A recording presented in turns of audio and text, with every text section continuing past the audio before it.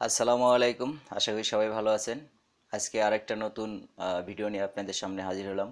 আজকের বিষয়টা থাকবে আপনি কিভাবে একটা শার্টের পরিপূর্ণ মাপ রাখবেন এবং কিভাবে আপনি একটা শার্টের মাপ রাখলে আপনার শার্টে কোনো ধরনের অল্টার হবে না।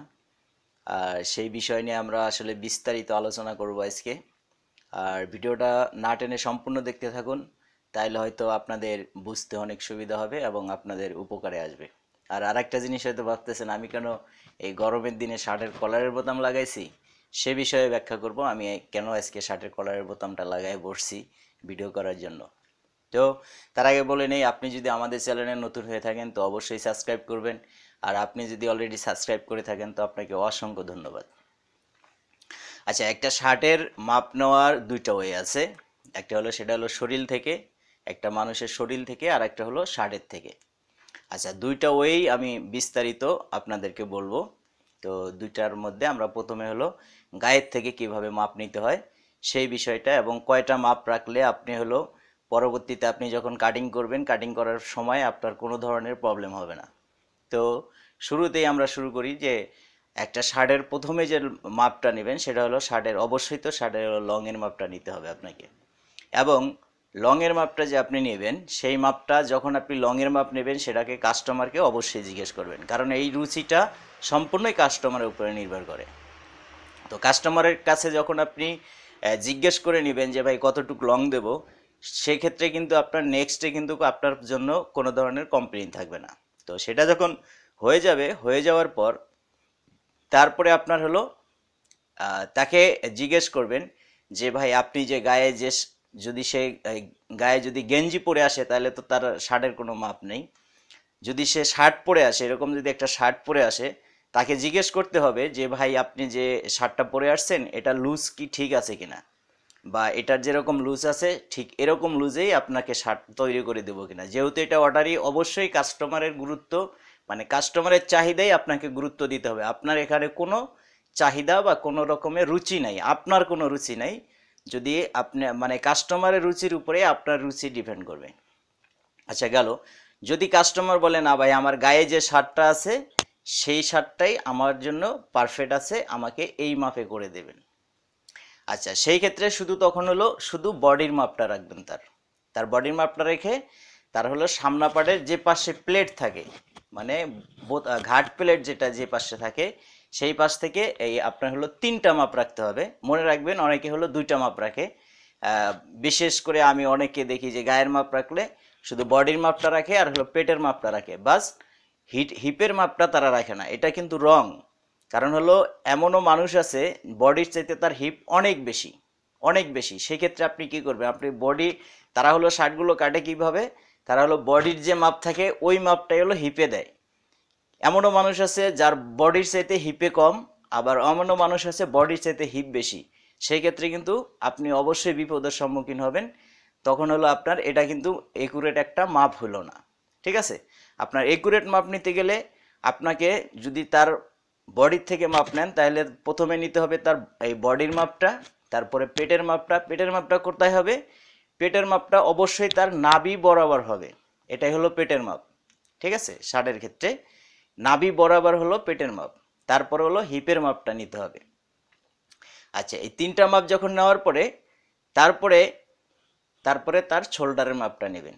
আর এই শোল্ডারের মাপটা অনেকে এই যে এতটুক পর্যন্ত নেমে আসে, এটা কোনো একেবারেই কিন্তু অল্টার, এই ভুলটা কখনোই করবেন না। আপনার হলো শোল্ডারটা নেবেন এই যে এই এতটুক, মানে একদম শোল্ডারটা এখান থেকে এসে যেখানে এসে শেষ হচ্ছে, যেখান থেকে হলো আপনার হাতার ঢালুটা শুরু হয়েছে, এইখানে হলো শোল্ডারের মাপ। এখান থেকে হলো শোল্ডারের মাপ নেবেন, এই পাশ থেকে এই পাশে হলো শোল্ডারের মাপটা নেবেন। শোল্ডারের মাপটা যখন হয়ে গেল, শোল্ডারের মাপ নেওয়ার পরে তারপরে হলো আপনি হলো নেবেন হলো হাতার লং, সেটা হাফ হাতা হোক এবং ফুল হাতা হোক। যদি হাফ হাতা হয় তাহলে আপনি হাফ হাতার মাপ রাখলেন, আর যদি ফুল হাতা হয় তাহলে আপনি ফুল হাতার মাপ রাখলেন। আর ফুল হাতার মাপটা আপনি মানে কিভাবে নেবেন সেটা হলো যে আপনার ফুল হাতার মাপটা এই যে হাতের এই যে এই পর্যন্ত রাখার চেষ্টা করবেন। ধরেন যে আপনার এই যে এইভাবে এই কণিটা ভাঁজ দেওয়ার পরেও আরও মনে করেন যে 1.5 ইঞ্চির উপরে, মানে 1.5 ইঞ্চি বা 1.5 ইঞ্চি উপরে এতটুকু নিলে তাহলে তার হলো এই হাতটা হলো হবে না। আর অনেকে আছে শর্ট হাতা পরে মানে হাতার কাপড়ে এখানে লুজ থাকে না, ওগুলো হলো বিষয়, যারা আসলে হাতা একটু লং শর্ট পরে তারা সেটা বলবে, সেক্ষেত্রে আপনি ওইভাবে মাপটা নেবেন। আর হাফাতা হলে আপনি যে হাফাতার মাপটা নেবেন, সেই হাফাতার মাপ নেওয়ার পরে তারপরে হলো হাতার এই মুহুরিটা আছে, এই মুহুরিটার মাপ নেবেন। ঠিক আছে, এটা গেলো তো একটা পার্ট। আর হলো কপের আর আরেকটা বিষয় আছে, এই এই কাজটা আমি অনেকের দেখছি, এই কাজটা তারা করে না, সেটা হলো কপের মাপ রাখে না। শার্টের ফুল হাতা শার্টের কপের মাপ রাখে না। এই কপের মাপটা আপনি অবশ্যই হলো কপের মাপ নিতে হবে। কারণ হলো অনেকের হাত মোটা, অনেকের হাত চিকন। আপনি মনে করেন যে অ্যাভারেজ একটা দিয়ে রাখে 9 ইঞ্চি হলো কপ, ধরেন হলো 34, 35, 36, 38 বডি 9 ইঞ্চি, মানে অ্যাভারেজ হলো 9 ইঞ্চি কপ একটা দিয়ে রাখে। এটা কখনো করবেন না। আপনার হলো প্রত্যেকটা মানুষের যখন তার গায়ের থেকে মাপ রাখবেন, তার কপের মাপটা অবশ্যই নেবেন। কপের মাপটা কিভাবে নিতে হবে, সেটা হলো যে আপনি এই কপের এই জায়গাটা, যে এই জায়গায় ফিতাটা ধরবেন, ধরার পরে 1 ইঞ্চির মতো লুজ রাখবেন এখানে। মানে ফুল যে আপনার এই যে কবজিটা আছে, এই কবজিটার থেকে 1 ইঞ্চি লুজ ধরবেন। মানে 1 ইঞ্চি কবজির থেকে লুজ দিয়ে আরও, মানে ফিতাটা ধরবেন, মানে 1 ইঞ্চি পরিমাণ লুজ দেওয়ার পরে যা হবে তার থেকে আরও 1 ইঞ্চি বেশি, ধরেন হলো 1 ইঞ্চি লুজ দিয়ে যদি আপনার কবজি হয় হলো 8 ইঞ্চি, তাহলে তার কপ দিবেন হলো 9 ইঞ্চি, তখনই খাতা এন্ট্রি করবেন। আর যদি 8.5 ইঞ্চি হয়, তাহলে তার হলো কপ হবে 8.5 ইঞ্চি। কারণ এই বোতাম ঘাট এইখানে হলো 1 ইঞ্চি চলে যায়, বুঝাইতে পারছি? বোতাম আর ঘাটের জন্য এখানে হলো 1 ইঞ্চি চলে যায়। আপনার ওই 1 ইঞ্চিটা পরবর্তীতে ধরবেন, আপনার কবজি যা হবে এর সাথে 1 ইঞ্চি লুজ দিবেন কপ, আর হলো ওই যে 1 ইঞ্চি যে সেলাই মানে বোতাম আর ঘাটের জন্য যায়, সেখানে হলো 1 ইঞ্চি দিবেন। তাহলে আপনার কপটা হলো পারফেক্ট হবে। সেটা মোটা কবজি হোক আর চিকন কবজি হোক, যেই কবজি হোক, তখন হলো তার মানে একুরেট হবে। আপনার হলো কোনো কোনো প্রকার হলো অল্টার আসবে না। আচ্ছা, এখানে আরেকটা বিষয় আছে, আসলে যারা নতুন কাটিং করেন তাদের ক্ষেত্রে এই যে হাতার যে এই আরমালের যে হাতা ফিটিংয়ের যে বিষয়টা, এই ফিটিংটা অনেকের ঠিক থাকে না। সেক্ষেত্রে আমি বলবো এই আরমলের এই মাপটা রাখবেন। ঠিক আছে, এই আরমলের মাপটা রাখবেন।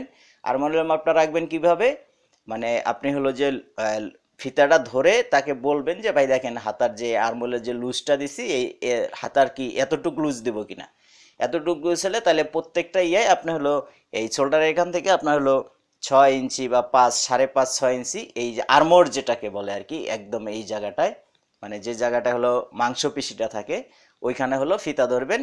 তাহলে হলো আপনার হলো এই হাতা লুজ ফিটিংয়ের ক্ষেত্রে তখন আর কোনো প্রবলেম হবে না। এটা হলো আপনি যে হাতার লংয়ের মাপটা নিছেন, হাতার যে লং মাপটা নিছেন, ঠিক তার নিচে হলো এই মাপটা এন্ট্রি করে রাখবেন। তাহলে কাটিং করার সময় তখন আর আপনার হলো এই হাতার হলো ইয়াটা আর 1/2 ইঞ্চি হলো সেলাই মার্জিন দিয়ে দেবেন।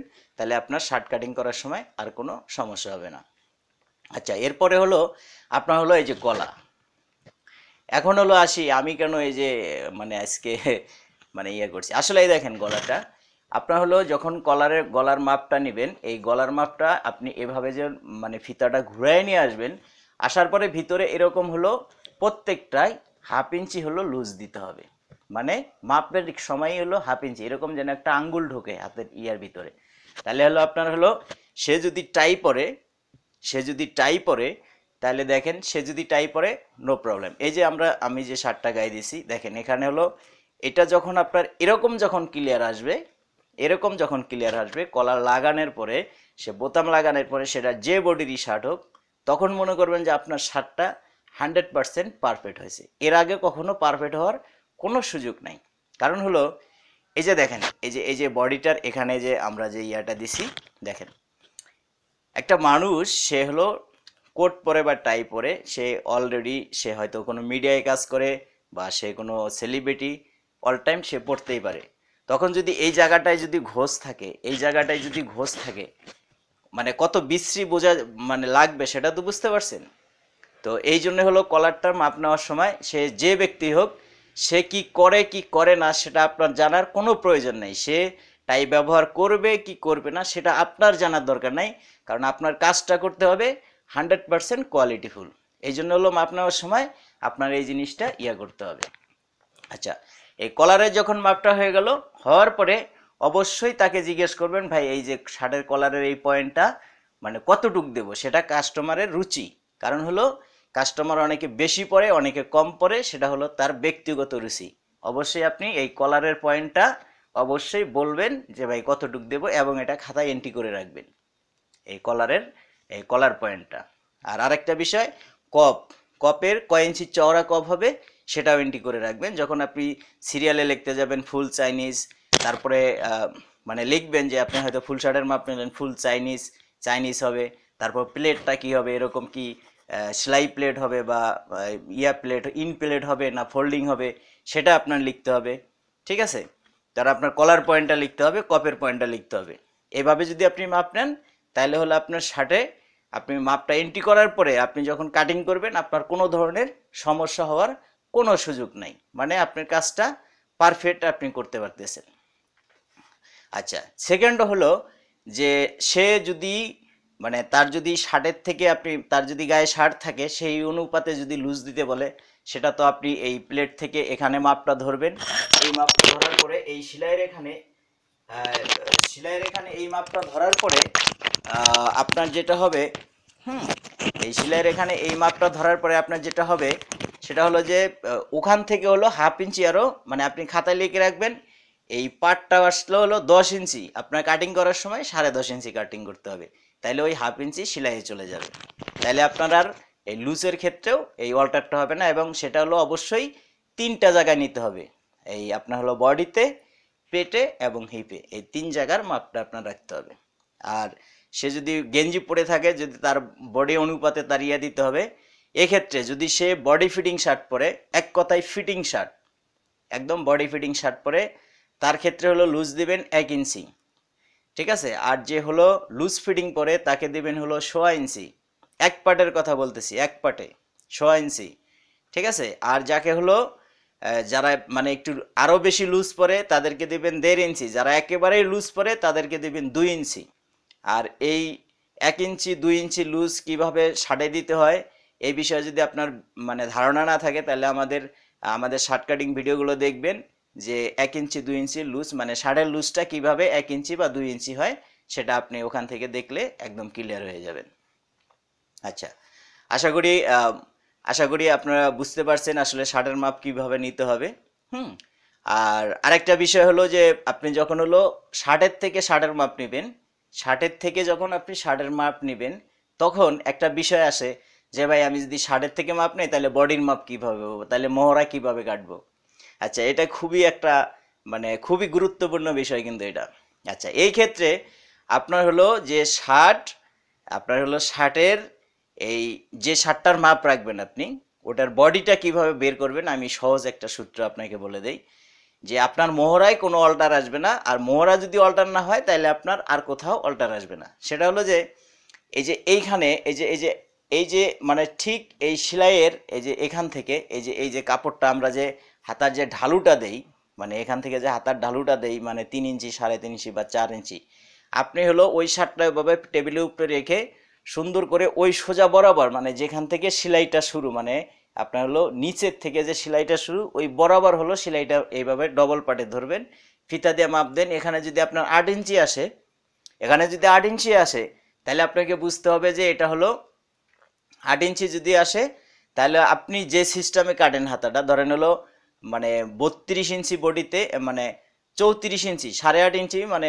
8.5 দোকানো 8 দোকানো 16, আচ্ছা 34 ইঞ্চিতে, তাহলে আপনি যদি মোহরা যদি নামান হলো 8 ইঞ্চি, তাহলে ওইভাবে হলো আপনি মোহরাটা হিসাব করবেন যে আমরা যেহেতু এইভাবে নামাই, তাহলে এখানে হলো বডি, তাহলে যদি এখানে 8 ইঞ্চি আসে তাহলে বুঝবেন যে এখানে হলো 34 ইঞ্চি বডি, আর যদি 8.5 ইঞ্চি আসে তাহলে বুঝবেন 36 ইঞ্চি বডি। এভাবে যদি আপনার হিসাবটা একবার বের করে নেন যে 8 ইঞ্চি, মনে করেন যে এখানে এই মোহরার এই যে এই কাপড়টার থেকে যদি আপনি মাপ বের করেন তাহলে আপনার হলো একদম একুরেট, তাহলে আপনার বডিটা আপনি পেয়ে যাবেন, যদি সেটা হলো অর্ডারি শার্ট হয়, মানে যদি আপনার টেলারিং দোকানে বানানো শার্ট হয়। তো আশা করি বুঝতে পারছেন, এইভাবে যদি আপনি একটা শার্টের পরিপূর্ণভাবে যদি একটা মাপ নিতে পারেন আমরা যেভাবে বলছি, আর শার্টের কাটিংয়ের ভিডিও বা pant cutting, blazer cutting, three piece মানে kameez cutting, salwar, palazzo, everything কাটিংয়ের ভিডিও আমাদের চ্যানেলে অলরেডি দেওয়া আছে, আপনারা চাইলে সেখান থেকে দেখে নিতে পারেন। আর ডেসক্রিপশনেও আমরা হলো এই প্লে লিস্টের লিঙ্ক দিয়ে দেবো, লেডিস এবং জেন্টস কাটিংয়ের প্লে লিস্টের লিঙ্কটা দিয়ে দেবো, ওখানে সমস্ত ভিডিও পাবেন। আপনারা আশা করি দেখলে উপকৃত হতে পারবেন বা আপনাদের ভালোও লাগতে পারে। তো আপনারা দেখবেন। তো ভালো থাকবেন সবাই। আল্লাহ হাফেজ।